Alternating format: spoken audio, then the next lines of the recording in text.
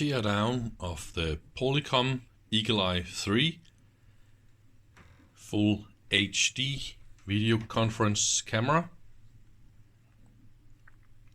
The fun thing about this one is it's a linear drive. Look at this, it's completely loose when it's unpowered. Let's try and power it up and see what happens. It was 12 volts. So just power it up. Oh.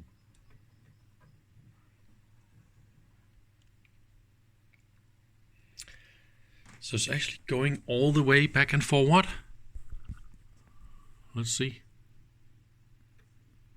Okay. There is some sort of regulation. Yeah, okay, so if you push it, it will go back to the wanted position. Quite funny. This, yeah. All right, so it seems like it is alive. Let's unplug the power. The connector here is a very special connector. I don't have the controlling box, interfaces or anything at all, so that means there's no way I can use this for anything at all.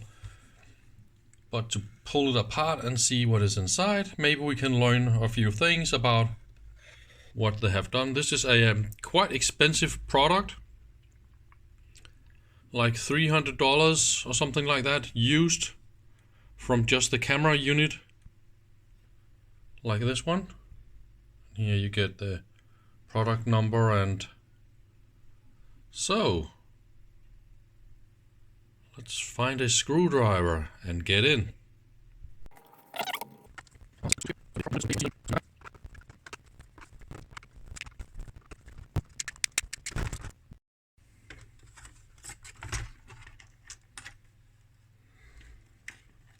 And we are in. There is quite a lot of electronics here. The first I see is all these flat cables. Since I'm not going to reuse this, I can just pull them out. Look at this detail. Cable 1 and cable 2. So because these two are exactly the same cable, they had to mount it, or they had to draw numbers on them. And also look at the marking, so you can't mount them wrong. Done by red paint on all of them. That is pretty neat. Maybe we should look at the main board first. Let's unscrew this. Well, we need to take out these two screws and then all the black screws, and then we'll get it out. Note the EMC solution here. We got some tape up here, and it's connected to the chassis of the connector. Why is that? This is because this metal now touches this foamy contact here. So this contact makes sure there is a connection to the metal on the top. So the top and the bottom is connected together. That means we will limit the amount of radiation, and of course we will also improve immunity. So that is how it's done so far. Let's get out this PCB. I forgot to show this little detail here on the bottom. there's a little plastic lid and a screw. So if you remove this, then you get access to a little dip switch where you can maybe set up some secret settings. So now I removed all the screws, and I think we should be able to take out the PCB. Yeah, we could. So see again how well they have thought about EMC things. And again, at the other end, there's a new connection. And this is, of course, to prevent this piece to be an antenna. So if it's connected in both sides, it will short circuit everything. So here, there's a free connection again. So it's closing, also it's closing the field that this PCB is generating. So this is also a really nice trick. And if we see here on top, we see these three little springs. They connect to the bottom side of the motor. And this is, of course, a way to get a really good solid electrical connection to all the rest of the metal and all the rest of the conductive parts. It's full of PCBs all over the place. So we're going to see if we can disassemble this. I've been thinking a little bit about how they want me to do that, because these three screws down here, they're a little bit hard to access. So I think the trick is to go in from here, where you can see two screws. This way we can open these shells, and then start from the top. So the back plate here of the camera is metal.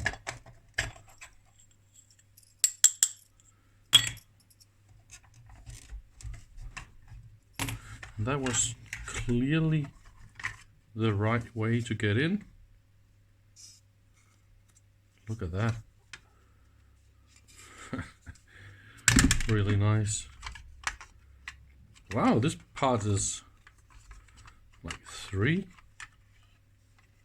different pieces fits together like that. Amazing. With all the details in the plastic and everything, this is clearly not a cheap product. So, and this one is full of all sorts of markings on the wires and screws. That's actually pretty cool. And again, this linear motor is completely loose. So how do you get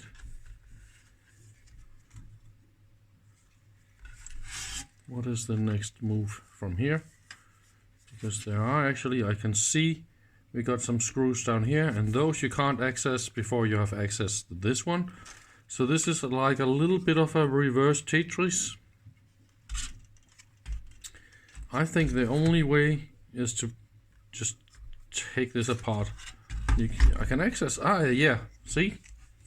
We can access some screws here and here. That means this piece is now free. And the other one is just some plastic that, it's just barely touching it. Okay, let's try and access it from that side and see what happens.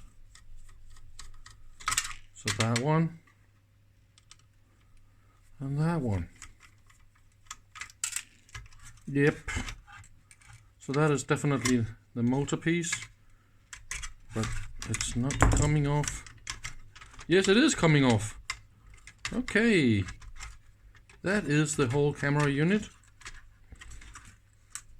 and all the flat cables,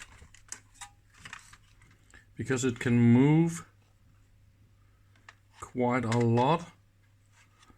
all the cables go around like that. And here there's just a plastic in, well, metal in plastic bearing, that is all.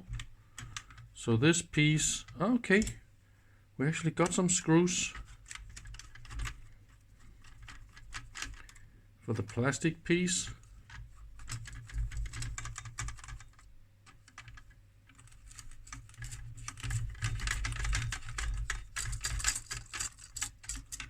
Okay, so this is coming off.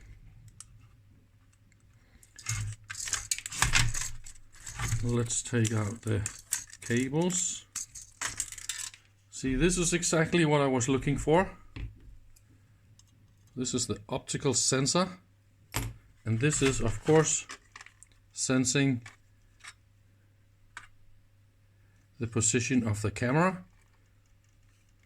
This information is useful to figure out how the motor works, because I also found some sensors on the motor. So this is also what we need to find out.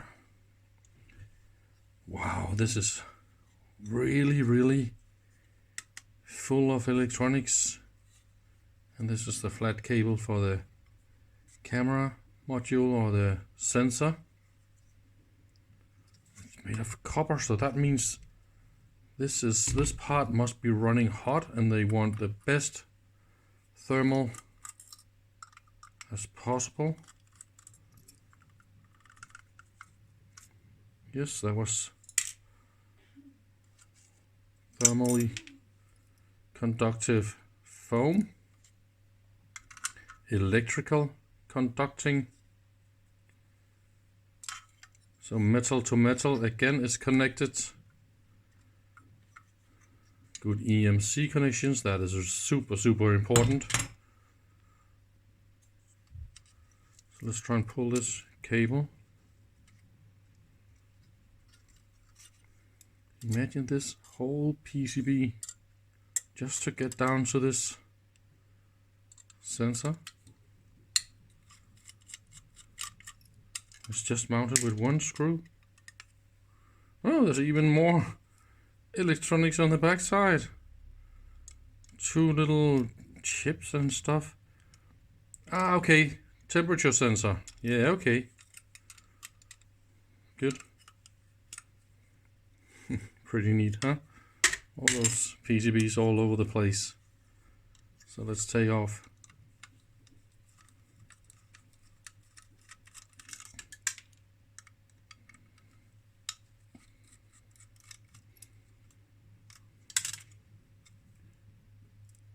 What's wrong with you? It is sticky. Okay. Ugh. That was tough. Okay, that is why. Thermal. So there's a big baby here. JVC, RAM, flash, video, encoding, oh haha. RGB LVDS pairs from that chip. That's pretty cool. I know that one. Some switch mode power supplies. So this is everything needed. Very local to all the super high speed from the camera. And then this one is sending it via the cables in a much more convenient format. This will be for all the steppers. Let's see if we can get in there.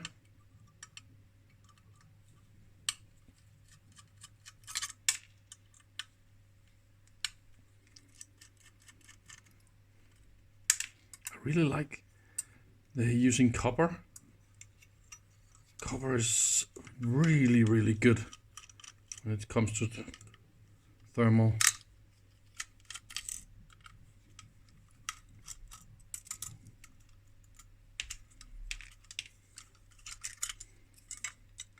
So this piece is coming out. Look at all the cuts and bends and whatnot. It is really, really fascinating. Oh, so now this is all okay. Connection to metal again.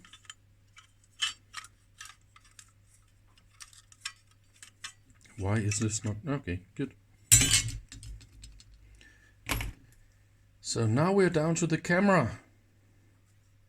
So those two do the zoom.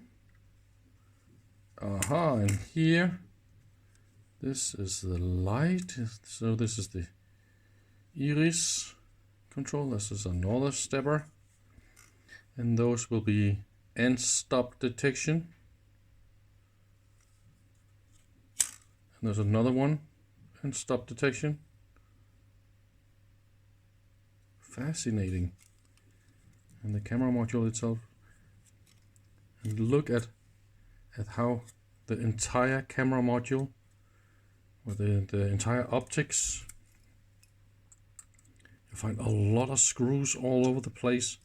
So that means this can of course be taken to pieces, and it contains a lot of lenses. It is really beautiful. I think I'm going to play with this. Maybe put in a little webcam and control the motors so I can make something really, really funny. It should have a very, very high zoom factor and yeah, everything. So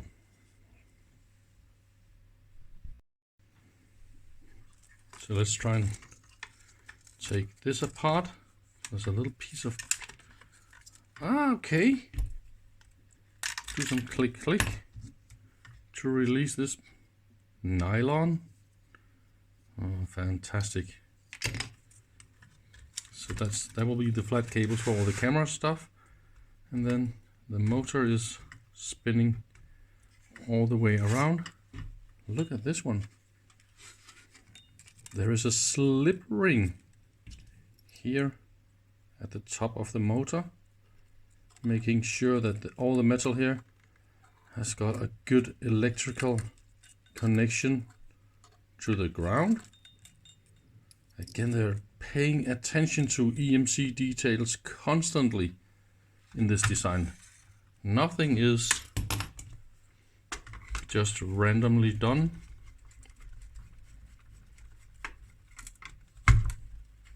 And 3 screws into the main motor.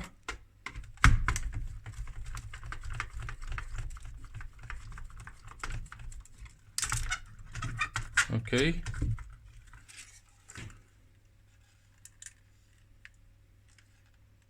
And we are almost in. And again, EMC conducting pads, because of this is brass and metal from the main motor, but they screw this into plastic, and they don't want that. They want a solid connection from one piece of metal to another piece of metal, so of course they are doing this. So let's open the 3 screws down here. It's really funny to see they are marked with red ink. Why are they doing that? Just to tell that something. And again,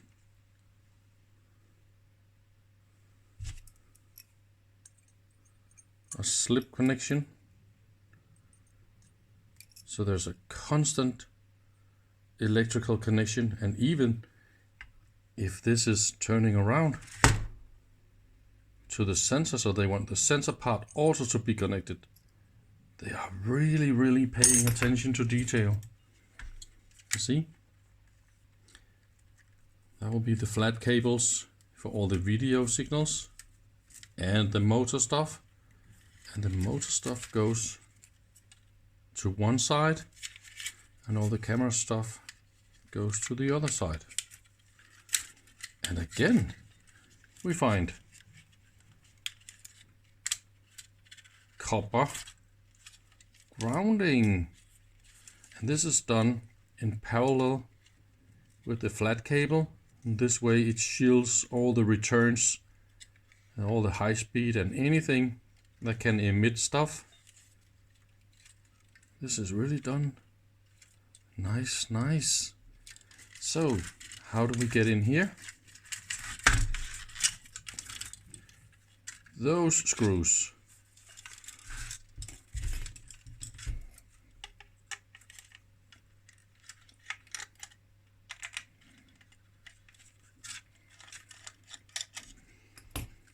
And this is super slippy. You're supposed to pull this up, and that is not happening. So we need to help and convince a little bit more. Come on, man. Yeah. So we see the little tabs in the plastic. So the idea is, if you're going to service this and you want to be able to assemble it again and avoid breaking stuff, obviously you need the information here to do it right. And look at all the tabs. The right way is to do it like that. See, there's another funny thing, because this plastic is quite thin, so that means it's really stable. And that is because, look what they've done. They're screwing in a piece of metal that is on the side where it is most strong and stable.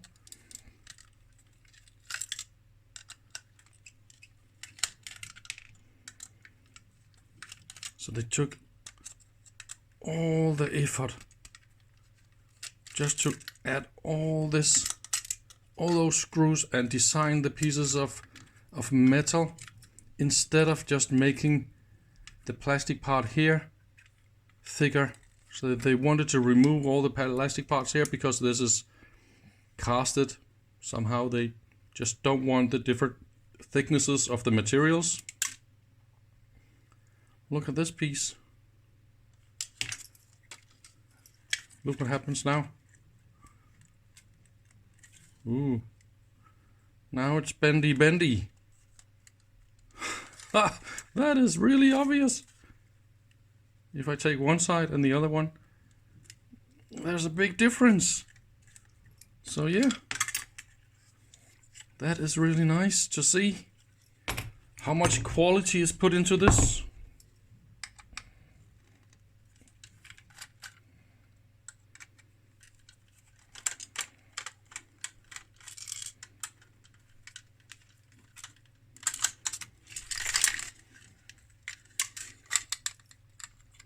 So this is a nice little motor controller.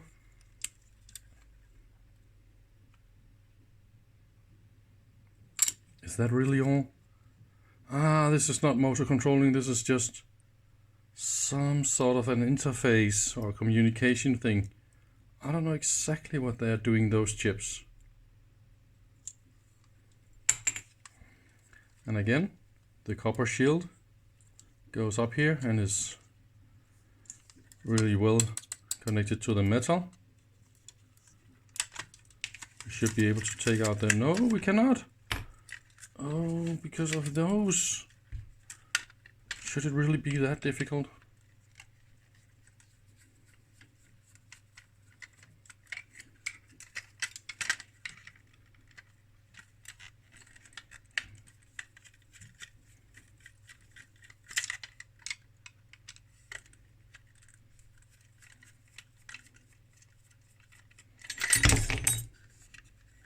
So that is the motor, and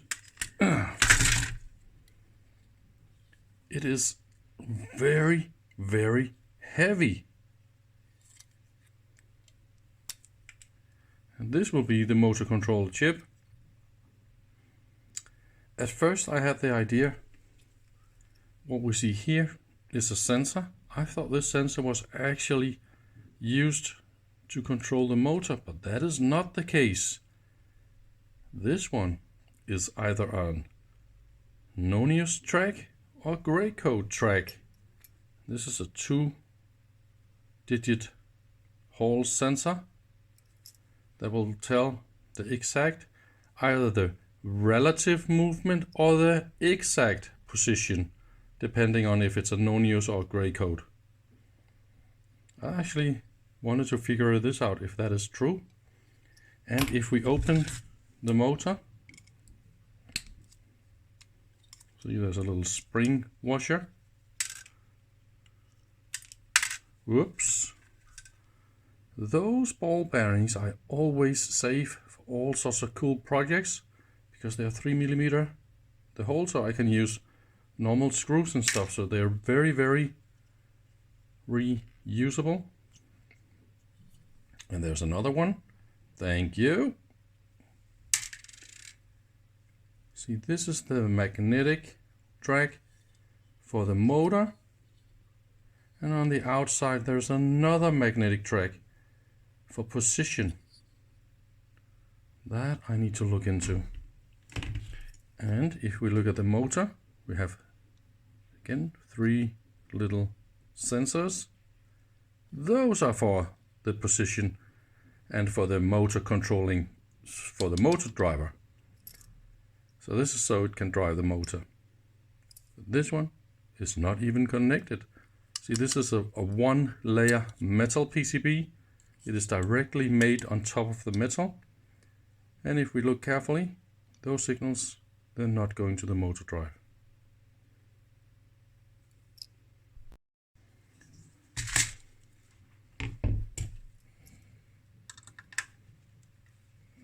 Oh, that was too tough.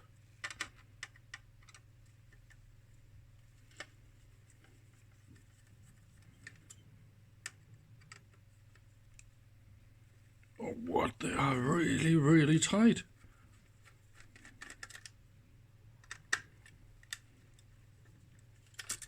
Whoa. This is going to hold a lot.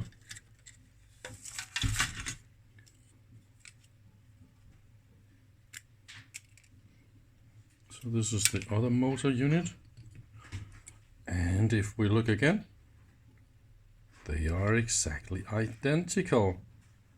So this is a great way to save cost, make everything identical. I really like this little detail here.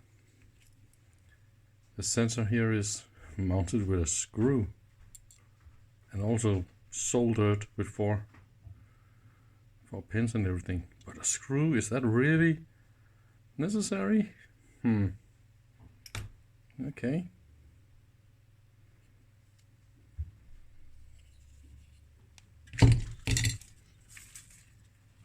And here we go. So this is the last we need to disassemble.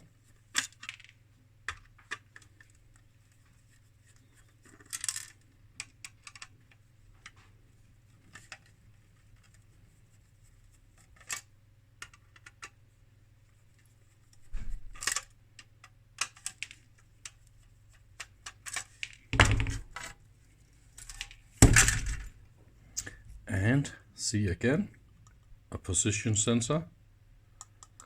So that means I don't think it's a no-news track on the motors, because that's actually also a little bit too fancy.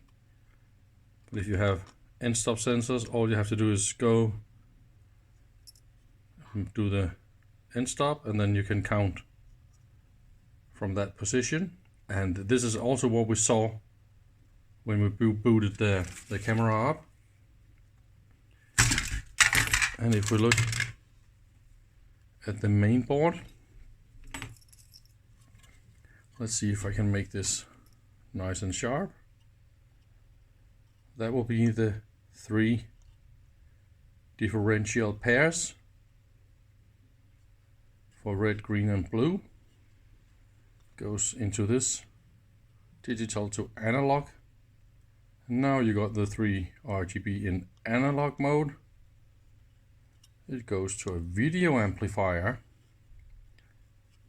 And then it goes via very big DC blocking capacitors,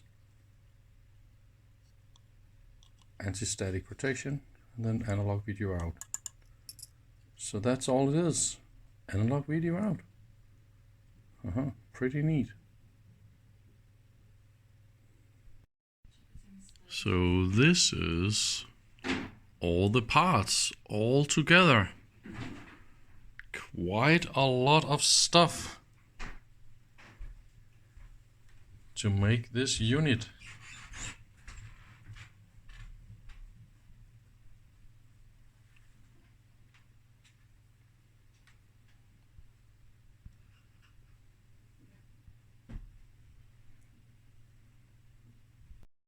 It was actually written on the motors, 5 volts and ground and 2 signals.